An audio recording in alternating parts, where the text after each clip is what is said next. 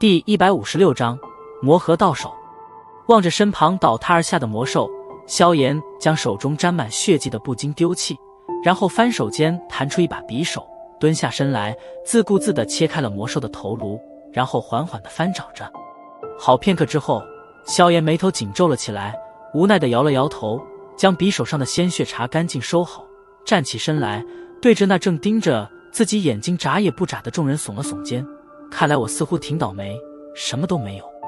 听得萧炎的话，众人这才从震撼中逐渐地回过神来，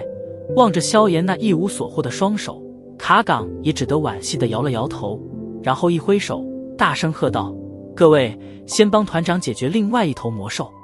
听着卡岗的喝声，众位血战佣兵也赶紧抓起手中的武器，然后涌向费雷的战场，将那头魔兽包围了起来，然后由费